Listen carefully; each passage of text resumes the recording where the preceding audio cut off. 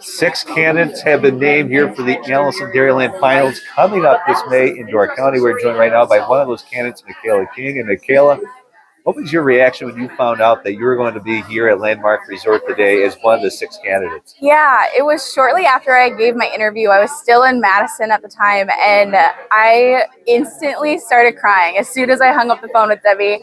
And then my first thought was, I need to call my family. I came home from a trip up in Eagle River, Wisconsin to do the interview. So all of my family was up there. And so I was like, okay, call my sister, tell her to put me on speakerphone. She's like, tell me. I'm like, I can't tell you anything. And I was like crying and I was like, I'm a finalist. I was so excited.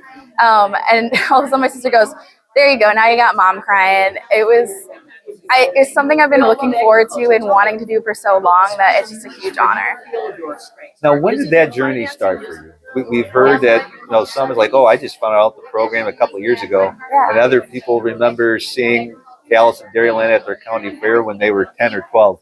Where did that journey start for you? Yeah, so I remember her not super vividly at the state fair as I was showing cattle there, but I think the real drive to be Alice started when I was the fairest of the fair for the Waukesha County Fair. I had gotten to spend a day with her at the fair and really meet her and just see the passion that the Alice has. And I was like, that's the next step. That being fairest really made me believe and want to teach people about agriculture. And I was like, Alice can do it at a top-notch level, and I want to do that. Now, you mentioned that obviously you showed animals. Yes, That's where you first got kind of whiff of what Allison Dairyland was all about. Is that where you kind of upped your love for agriculture? Was those experiences, or was there another point where you kind of said agriculture is kind of the avenue that I want to travel down? Yeah, growing up on a farm, it was always a part of my life. I watched my dad work countless hours, and I have so much appreciation for the farmer. And then I grew that passion of like wanting to teach about it when I was in school. And then I decided I wanted to kind of move away from rural America and move to the University of Minnesota in the Twin Cities and be a city girl. And I was like, I am not doing agriculture. I'm done with that. And somehow I found myself in the Gopher Dairy Club, and I was right back into it. And my brother likes to tease me that he's like, you can try to get away, but it's in your blood. You're stuck with us. We're stuck with agriculture.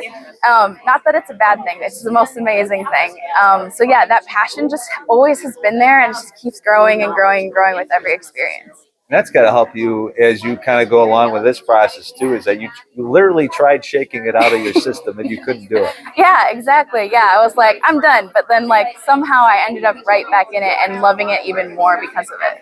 And you can also be kind of a voice as well for other young people that kind of, I mean, we're seeing it now. Farmers are getting older, and some young people are kind of saying, you know what, the heck with this. I've seen my parents work so hard.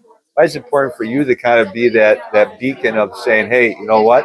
I thought I was done too, but this is a passion that I want to continue to pursue. Yeah, I think a lot of us younger generations are seeing all this work go into it, and maybe they're not seeing the benefit come out of it.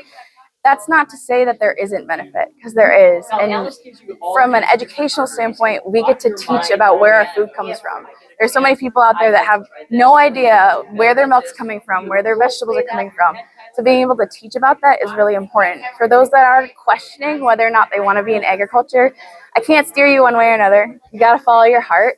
But for me, just reflect on all the memories you have being in it, and that's what brought me back, is loving to be barefoot in the grass at my farm, showing cattle. Like I said, the friendships and memories I made throughout my time in agriculture, those are things that I will have the rest of my life. So if someone's questioning whether or not they want to stay in the field, hey, there's tons of ways you can still be connected to agriculture without being a farmer. So maybe you just need to find the way that you fit. Now, you had to wait a week to find out that you were going to be here. Now you got to wait 60 days to find out if you're going to be the Allison Dairyland. What are you looking forward to the most about these next 2 months?